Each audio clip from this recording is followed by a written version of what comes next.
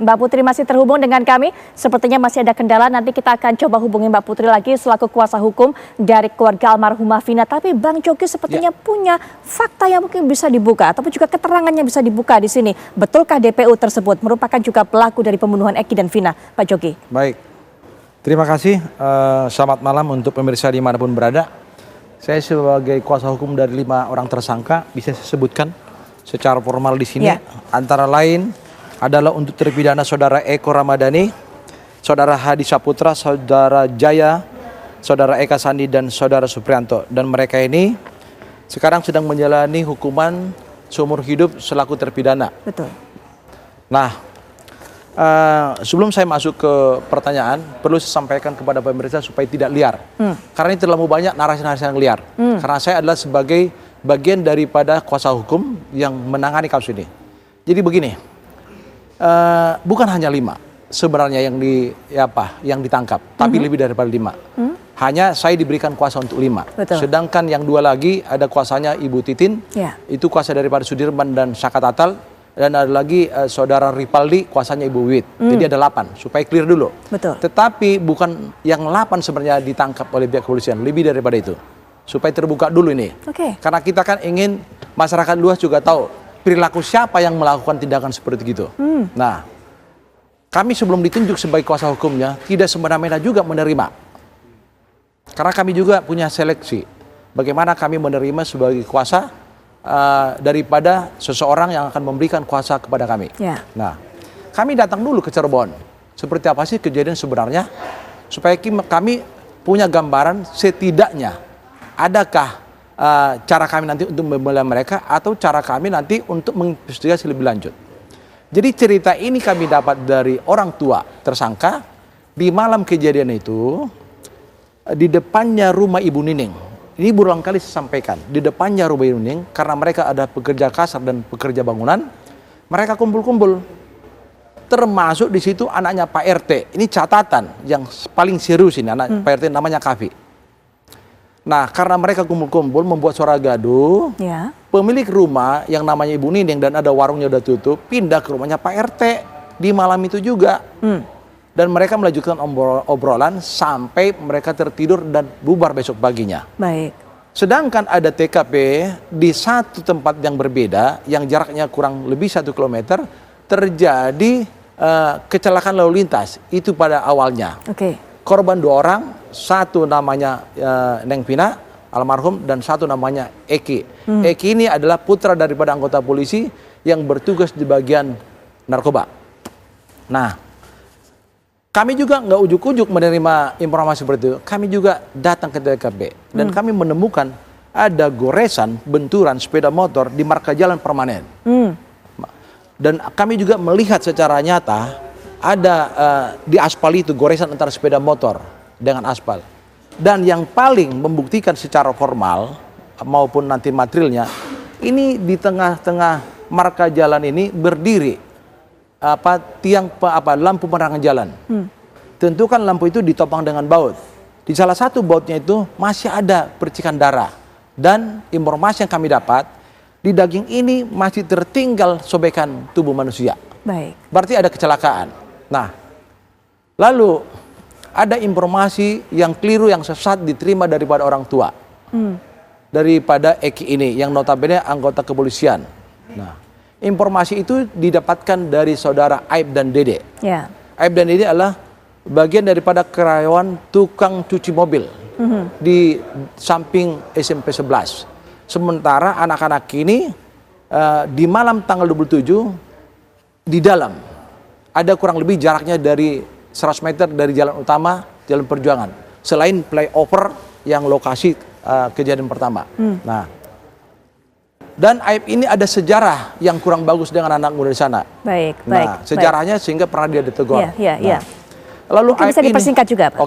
Aib ini memberikan informasi sesat kepada ayah dari korban sehingga mereka ditangkapin tanpa ada bukti pendukung. Itu ceritanya, sehingga mereka dibawa kantor polisi, dipukulin, sehingga foto itu sampai viral kan. Setelah dipukulin, viral di Cirebon, lalu dilimpahkan kasusnya ke Polda Jabar. Baru kami ditunjuk sebagai pengacara.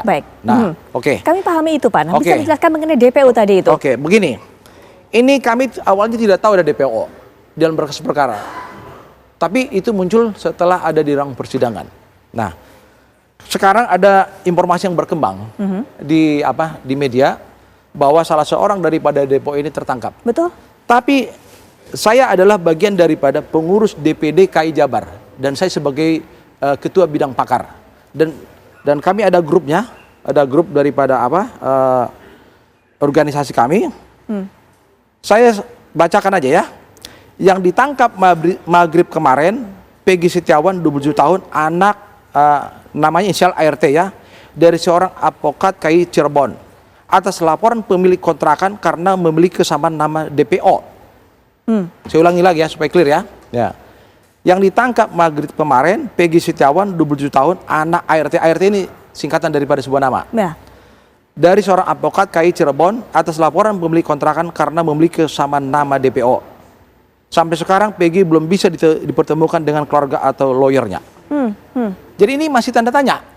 Apakah Peggy betul yang DPO atau Peggy yang merupakan putra tersebut yang saat ini ditangkap oleh pihak kepolisian? Ini ada dari saya, kiriman daripada grup kami. Oke. Nah, baik. Kemudian bagaimana keterangan dari pihak kepolisian yang mengatakan bahwa ditangkap di Bandung? Apakah Peggy tersebut memang betul pergi ke Bandung? Lokasinya di Bandung? Betul. Kami belum bisa mendapatkan informasi tentang itu, termasuk juga keluarganya. Tadi saya bacakan, tapi keluarganya sudah berada di Polda Jabar. Sampai saat ini belum diberikan kesempatan mereka untuk bertemu. Baik, nanti kita perdalam lagi soal ini Pak Joki. Tapi saya juga ingin minta pandangan dari Mbak Putri selaku kuasa hukum dari keluarga almarhumah Vina. Mbak Putri, dengan tertangkapnya satu DPO ini yang kita harusnya bisa dapatkan keterangan lebih lanjut dari pihak kepolisian mengenai kebenaran apakah memang betul DPO ini pelakunya. Tapi Mbak Putri, seperti apa melihatnya? Ya, terima kasih Mbak. Ya, jadi memang kami baru mendapatkan informasi tadi siang bahwa ada salah satu yang diduga DPO itu tertangkap kemarin sore, jam 6 sore, itu yang saya dapatkan informasi. Ya tentunya kalau memang benar DPO tersebut, benar adanya Peggy yang dituju, ya sangat syukur, alhamdulillah Mbak, gitu. Namun kan kami juga belum bisa memastikan, karena mungkin saat ini sedang dilakukan pemeriksaan lebih lanjut. Kami juga masih menunggu hasilnya seperti apa. Semoga ini tidak salah orang gitu. Sampai juga cepat-cepat nangkap, nggak taunya salah tangkap lagi. Nah, jadi masalah lagi nanti Mbak. Baik, ada mungkin data-data yang disampaikan pihak kepolisian mengenai Peggy yang ditangkap ini kepada Mbak Putri? Ada yang bisa disampaikan oleh pihak kepolisian, mungkin termasuk juga foto dan sebagainya? Gimana Mbak? Ya, adakah informasi data-data mengenai Peggy yang ditangkap ini yang sudah disampaikan oleh pihak kepolisian kepada Mbak Putri? Atau mungkin juga mendapatkan fotonya saat penangkapan dan sebagainya?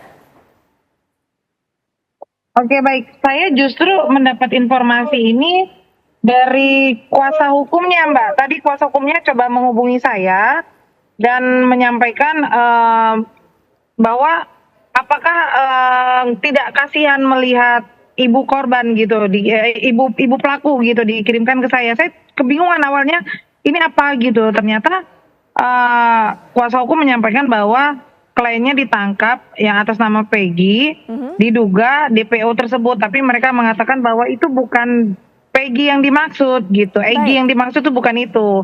Tapi saya sampaikan ya Mas, kalau memang seperti itu ya tunggu saja hasil dari penyelidikan, nanti kan bisa dibuktikan apakah dia terlibat atau tidak. Begitu Mbak. Baik Mbak Putri, terima kasih sudah memberikan keterangan kepada kami. Jadi kami pastikan lagi Mbak Putri selaku kuasa hukum dari keluarga almarhumah Vina ini juga mendapatkan informasi bahwa Peggy yang ditangkap ini bukan Peggy yang menjadi DPO, begitu ya? Itu berdasarkan keterangan dari kuasa hukum dari Peggy yang saat ini ditangkap, begitu ya? Iya. Mbak Putri, tapi Mbak Putri tidak mendapatkan foto dan sebagainya, data-data tidak ada Mbak Putri ya hingga saat ini. Termasuk foto siapa Peggy yang ditangkap ini, belum ada. Kalau merujuk ke foto, itu sama seperti yang ditayangkan banyak tersebar. Karena saya hanya mendapatkan KTP, karena saya tadi bilang coba tolong kirimkan ke saya yang mana yang Peggy ini, karena kan banyak tersebar Peggy gitu kan, Egy ini, Egy itu gitu. Kita sendiri tidak tahu yang mana. Jadi tadi memang ada lawyernya mengirimkan ke saya, Mbak, menunjukkan bahwa ini gitu. Oh oke gitu, saya tidak akan sebarkan gitu. Saya tunggu dulu rilis dari kepolisian agar saya juga tidak kena masalah juga kan Mbak, belum ada rilis dari kepolisian saya udah mengeluarkan, itu salah. Baik. Jadi ada tapi hanya berupa KTP, namun belum jelas, tapi wajahnya kita sudah dapatkan gitu Mbak. Baik, Mbak